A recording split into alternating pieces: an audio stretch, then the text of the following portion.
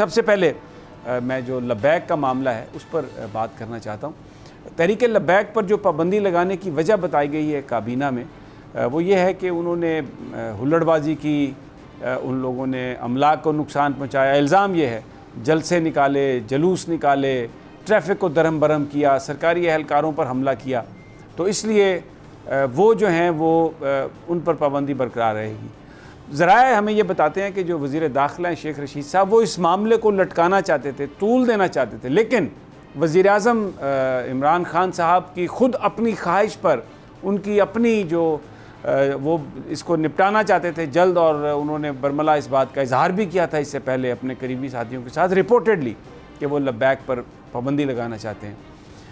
अब जिन इल्ज़ामात पर पाबंदी लगाई गई है, यानी पाबंदी तो पहले लग गई थी, उसको बरकरार रखने का फ़ैसला किया गया और ये हदायत की है वज़ीर आज़म साहब ने कि अब इलेक्शन कमीशन से भी उनका जो सिंबल है उसको हटाया जाए। तो अब लब्बैक के पास कोई और चॉइस नहीं है कि वो अदालती जंग करे, कानूनी इसमें चाराजोई करे, सुप्रीम कोर्ट, हाई कोर्ट, और वहाँ पर जाके अपना मुकदमा लड़े और फिर हुकूमत को भी ये वहाँ पर साबित करना पड़ेगा कि वाकई जो तहरीक लब्बैक है उनका जो मामला है वो बिल्कुल ऐसा ही है कि इन पर पाबंदी लगनी चाहिए थी। कुछ अंदाज़ा ज़रूर हो गया था इसलिए कि कल साद रिजवी साहब की जो नज़रबंदी थी वो उसका मामला जो था उनका वो नज़रबंदी ख़त्म हो गई थी, तो उस पर 90 दिनों की तौसी की पंजाब हुकूमत ने, तो जिससे लग रहा था कि शायद जो इस वक्त जो मामला है हुकूमत बिल्कुल किसी हमदर्दी के मूड में नहीं है, ख़ास तौर पर वज़ीर आज़म इमरान खान।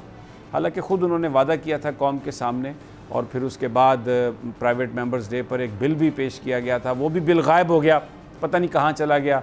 तो वो जैसे कहते हैं ना कि वो वादा ही क्या जो वफ़ा हो गया। लेकिन मैं सबसे पहले इस बात पर आता हूँ, अगर तो जलसा करना, जुलूस निकालना और इंतज़ामिया लॉ इन्फोर्समेंट के साथ उस वक्त कोई किसी तरह गुत्थम गुत्था होना या उनके साथ लड़ना, अगर ये जुर्म है और इसकी बुनियाद पर पाबंदी लगनी चाहिए, तो मैं आपको फुटेजेस दिखाऊंगा पाकिस्तान पीपल्स पार्टी की, पाकिस्तान मुस्लिम लीग नवाज़ की, इवन इमरान खान साहब की जमात तहरीक इंसाफ की भी, जो इन सारी कार्रवाइयों में मुलव्वस रहे हैं, डेलिब्रेटली मुलव्वस रहे हैं।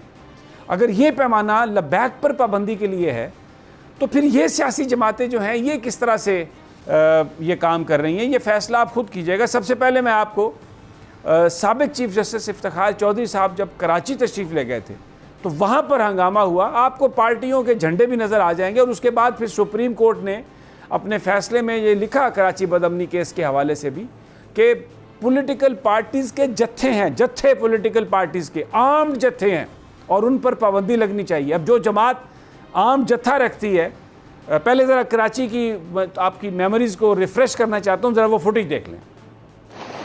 ये मैंने आपको कराची दिखाया, आप पॉलिटिकल पार्टीज़ के झंडे भी देख रहे थे, इसमें तमाम जमातें शामिल थी, MQM शामिल थी, पीपल्स पार्टी शामिल थी, ANP शामिल थी, और 50 से ज़ायद लोग उस दिन कराची में मैं कहूँगा शहीद हुए थे। ये सारी जमातें इसमें मुलव्वस थी, सब काम कर रही हैं। अब हम चलते हैं, आपको दिखाते हैं PTI का वायलेंस फैसलाबाद में। राना सनाउल्लाह मुस्लिम लीग नून के जो रहनुमा थे उनके घर के नज़दीक, उसमें ज़रा आप देखें कि ये जो वर्कर्स हैं जो पॉलिटिकल पार्टीज़ के, ये किस तरह लड़ाई कर रहे हैं। देखिए ज़रा, ये आप वर्कर्स आपने देखे, लठ बरदार वर्कर्स देखे, स्टोन पेल्टिंग करते हुए देखे, आग आपने देखी, और ये झंडे भी थे लोगों के पास। मुझे ये कहने की ज़रूरत नहीं है कि वो किस जमात के ये नौजवान हैं।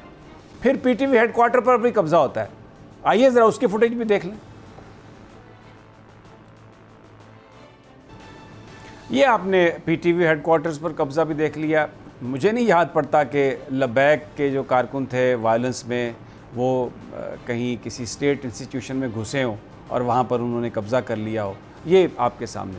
अब जब ये लोग आते हैं, हमारी पॉलिटिकल पार्टीज़ जब ये आते हैं मुख्तलिफ़ इदारों में, जब इन्हें बुलाया जाता है, मसलन नैब में बुलाया गया नून लीग को, नैब में बुलाया गया पीपल्स पार्टी को, तो वहाँ पर आके जो ये वर्कर्स करते हैं, जिस तरीके से हमलावर होते हैं, तो क्या आप इनको पॉलिटिकल पार्टी का नाम देंगे या इन्हें भी आप जत्थे कहेंगे?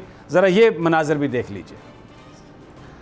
ये आपने मनाज़र देखे। अब मैं आपको सिर्फ एक आखिरी एक साउंड बाइट है, एक गुफ्तगू जो हमारे मौजूदा सदर हैं जनाब आरिफ अलवी साहब, वो मैं सुनवाऊँगा, जिसमें वो कह रहे हैं कि बंद होगा कराची और पहिया नहीं चलेगा, गाड़ी नहीं चलेगी। ज़रा सुन लीजिए। मैं ये जो सारी फुटेजेस दिखाई हैं या ये जो सारी वीडियोस दिखाई हैं, इसका मकसद किसी को इंटाइस करना नहीं, इसका मकसद किसी को दुख देना या तकलीफ़ देना नहीं, लेकिन हुक्मरानों को ये याद दिलाना है कि फ़ैसला आप जो भी करें अक्रॉस द बोर्ड मेरिट पर करें। और प्राइम मिनिस्टर साहब, आप तो बड़े काबिल एहतराम हैं, बड़े काबिल इज़्ज़त हैं, इसलिए कि आप मेरिटोक्रेसी की बात करते हैं।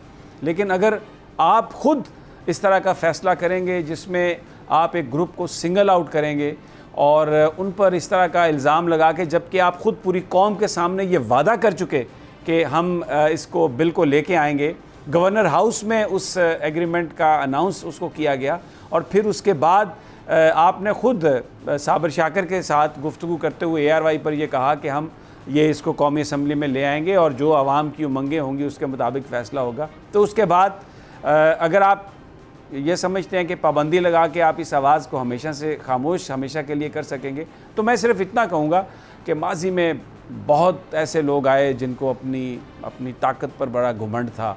जब वो हुक्मरान थे तो उस ताकत पर बड़ा गरूर था। कुछ ने कहा ये कुर्सी बहुत मजबूत है, कुछ ने कहा कोई मसला नहीं, मैं ऐसी की तैसी कर दूँगा। लेकिन ये ज़माने ने देखा, वक्त ने देखा कि वो सब लोग जो अपनी बड़ी हमेशा इस बात को कहते थे कि वो बड़े ताकतवर हैं, वो इस दुनिया से रुखसत हो गए। लेकिन मेरे मौला का नाम है और मेरे आका नबी पाक सल्लल्लाहु अलैहि वसल्लम का नाम भी उसी तरह यहाँ पर मौजूद है और उनकी जो हुर्मत की हिफाजत है उसका ज़िम्मा तो मेरे अल्लाह का है। आप भी आशिक रसूल हैं वज़ीर आज़म साहब, आप भी बिल्कुल मदीना मुनव्वरा में जब गए तो अपने जूतों के बग़ैर जुराबों के साथ गए।